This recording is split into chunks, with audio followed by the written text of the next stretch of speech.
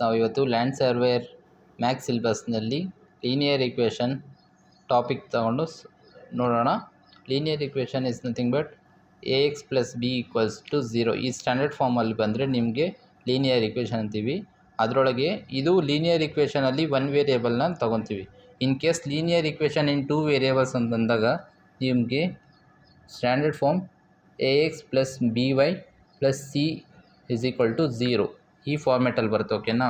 ಅಂದರೆ ಇಲ್ಲಿ ನೋಡಿ ಎಕ್ಸ್ ವೈ ಇದೆಯಲ್ಲ, ಇದೆಲ್ಲ ವೇರಿಯೇಬಲ್.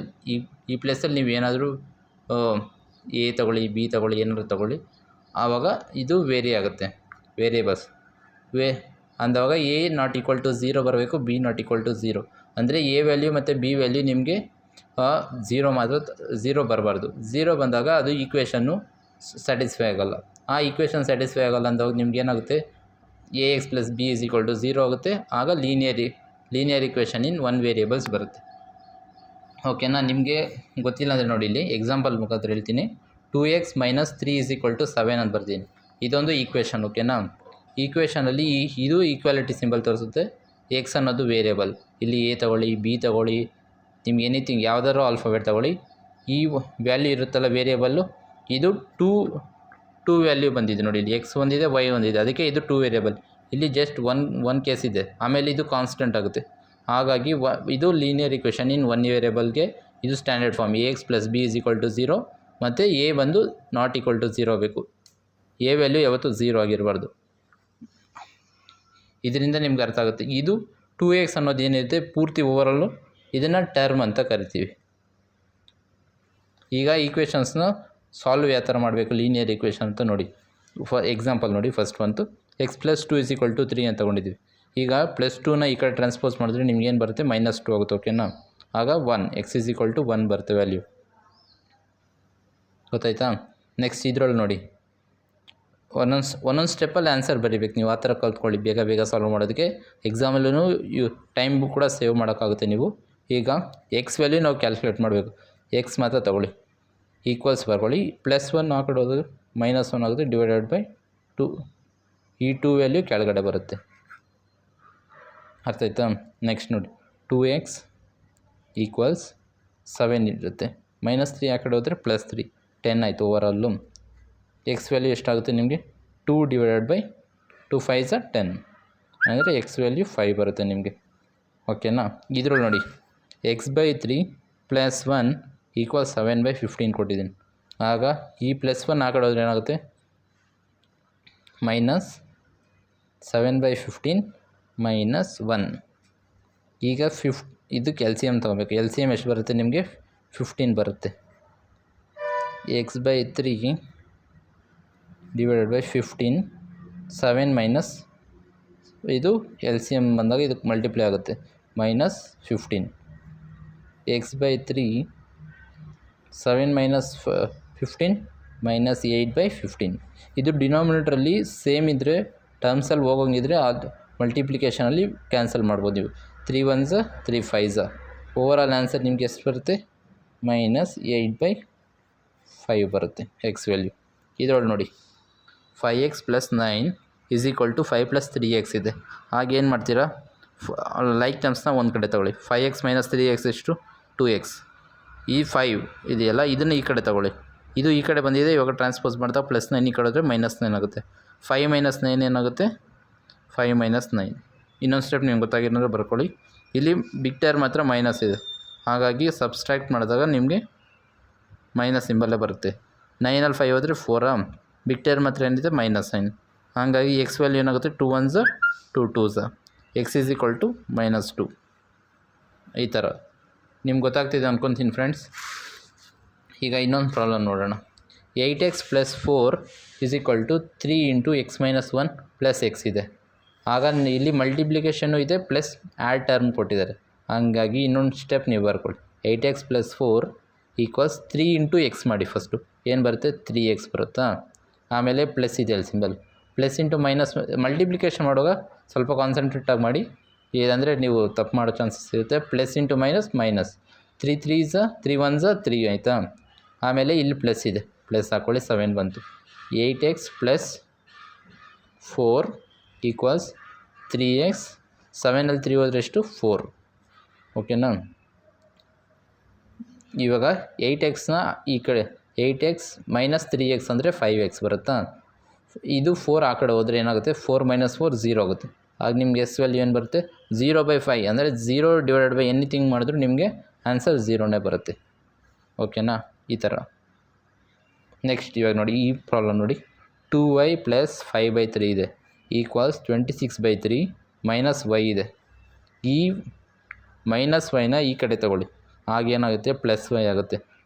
2y ಪ್ಲಸ್ ವೈ ಅಂದರೆ 2y + y. ಇನ್ನೊಂದು ಸ್ಟೆಪ್ ಬರ್ಕೊಳ್ಳಿ ನಿಮ್ಗೆ ಕನ್ಫ್ಯೂಸ್ ಆಗಂಗಿದ್ರೆ.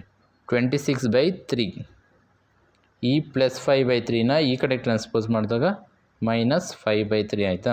ಇಲ್ಲಿ ನೋಡಿ, ಇಲ್ಲಿ 2y ಇದೆ ಪ್ಲಸ್ y ಇದೆ, ಏನಾಗುತ್ತೆ 3y ಆಗುತ್ತೆ. ಇಲ್ಲಿ ಏನೂ ಇಲ್ಲ ಅಂದರೆ ಟರ್ಮು 1 ಇರುತ್ತೆ ಅಂತ. 2y + 1y ಅಂದರೆ 3y. ಇಲ್ಲಿ ಎಲ್ ಸಿ ಎಮ್ ನೋಡಿ 3 ಇದೆ, ಕಾಮನ್ 3 ಎಲ್ ಸಿ ಎಮ್ ಬರುತ್ತೆ. 26 - 5 ಅಂದರೆ 21 ಬರುತ್ತೆ. ಈಗ ನೋಡಿ ಇಲ್ಲಿ 3 1s 3 7s 21. ಓಕೆನಾ. 3y = 7. y ವ್ಯಾಲ್ಯೂ ಏನಾಗುತ್ತೆ y = 7/3. ಇಲ್ಲಿ ನೀವು ಎಲ್ಲ ಎಕ್ಸ್ ವ್ಯಾಲ್ಯೂ ಕ್ಯಾಲ್ಕುಲೇಟ್ ಮಾಡ್ತೀರಿ. ಇಲ್ಲಿ ನಾನು ಏನು ಚೇಂಜ್ ಮಾಡಿದ್ದೀನಿ ವೇರಿಯೇಬಲ್ಲು y ಕೊಟ್ಟಿದ್ದೀನಿ, ಹಾಗಾಗಿ ನೀವು y ವ್ಯಾಲ್ಯೂ ಕ್ಯಾಲ್ಕುಲೇಟ್ ಮಾಡಿದ್ದೀರ.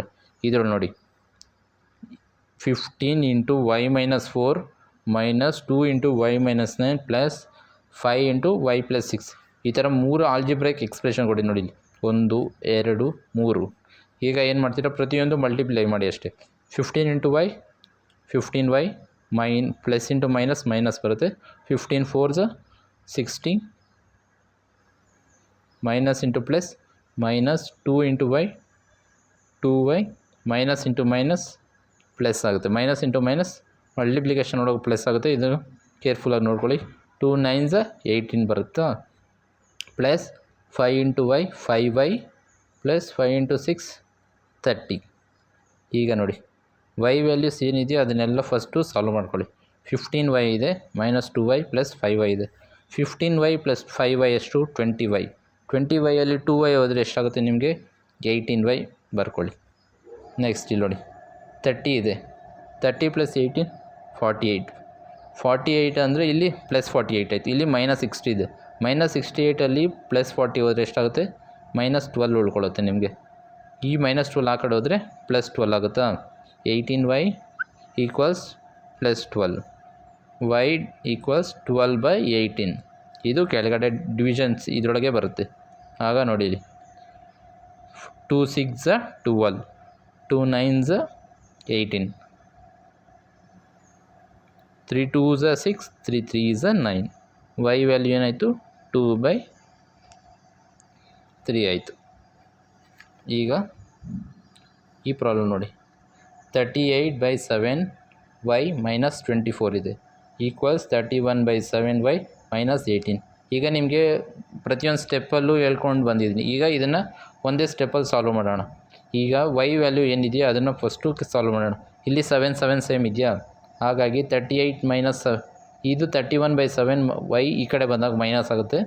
ಡೈರೆಕ್ಟ್ 38 - 31 ಮಾಡಿದಾಗ ಏನು ಬರುತ್ತೆ ನಿಮಗೆ 7 ಬರುತ್ತೆ ವ್ಯಾಲ್ಯೂ. ಇದು ಈ ಡಿನಾಮಿನೇಟರ್ ವ್ಯಾಲ್ಯೂ ಹಂಗೆ ಬರ್ಕೊಳ್ಳಿ 7. ಇದು 24 ಇರೋದು ಆ ಕಡೆ ಕಳಿಸಿ. 24 -24 ಅದು ಆ ಕಡೆ ಹೋದರೆ +24 ಆಗುತ್ತೆ, -18 ಆಗುತ್ತೆ. 7/7 ಕ್ಯಾನ್ಸಲ್ ಆಗುತ್ತೆ. y ವ್ಯಾಲ್ಯೂ ನಿಮಗೆ ಒಂದೇ ಸ್ಟೆಪ್ಪಲ್ಲಿ 6 ಬರುತ್ತೆ ಆನ್ಸರ್. 24 - 8 18 6 ಬರುತ್ತೆ. ಇನ್ನೊಂದು ಪ್ರಾಬ್ಲಮ್ ನೋಡಿ ಇಲ್ಲಿ 9x/7 - 6x = 15 ಅಂತಿದೆ. ಇದನ್ನು ಯಾವ ಥರ ಮಾಡಬೇಕು, ಇದನ್ನು ಈ ಕಡೆ ಮಲ್ಟಿಪ್ಲೈ ಮಾಡಬೇಕಾಗುತ್ತೆ. ಇಲ್ಲಿ ಏನೂ ಇಲ್ಲ ಡಿವೈಡಲ್ಲಿ ಏನೂ ಇಲ್ಲ ಅಂದರೆ 1 ಇರುತ್ತೆ ಅಂತ. ಇದನ್ನು ಈ ಕಡೆ ಮಲ್ಟಿಪ್ಲೈ ಮಾಡಬೇಕು, ಇದನ್ನು ಈ ಕಡೆ ಮಲ್ಟಿಪ್ಲೈ ಮಾಡಬೇಕು. 9x = 15 × 7 - 6x. ಓಕೆನಾ. ಈ ಥರ ಬರುತ್ತೆ. ಆಗ 9x 15 7s ಎಷ್ಟು 105 ಮೈನಸ್ 15 6s 90. ಇಲ್ಲಿ x ಬರುತ್ತೆ. ಹಾಗಾಗಿ ಇಲ್ಲಿ ನೋಡಿ, ಇಲ್ಲಿ 9x ಇದೆ, ಇಲ್ಲಿ -90x ಇದೆ. ಅದನ್ನು ಒಂದೇ ಕಡೆ ತಗೊಳ್ಳಿ. 9x + 90x = 105. ಇವಾಗ 9x + 90x ಏನಾಯಿತು 99x equals 105. x is equal to 105 divided by 99. ಇದು ಯಾವ ಟರ್ಮಲ್ಲಿ ಹೋಗುತ್ತೆ ನೋಡಿಲಿ.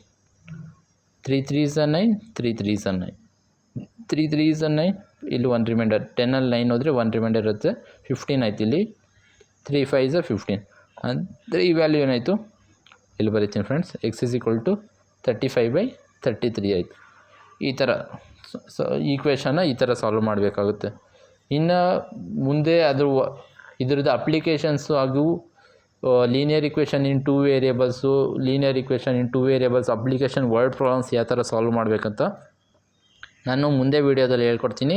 ನಿಮಗೆ ನನ್ನ ಮಾಡಿರೋ ಸಮ್ಸ್ ಈಗ ತುಂಬ ಇಷ್ಟ ಆಗಿದರೆ ಚಾನಲನ್ನು ಸಬ್ಸ್ಕ್ರೈಬ್ ಮಾಡಿ ಹಾಗೂ ನಿಮ್ಮ ಫ್ರೆಂಡ್ಸ್ ಜೊತೆಗೆ ಶೇರ್ ಮಾಡಿ.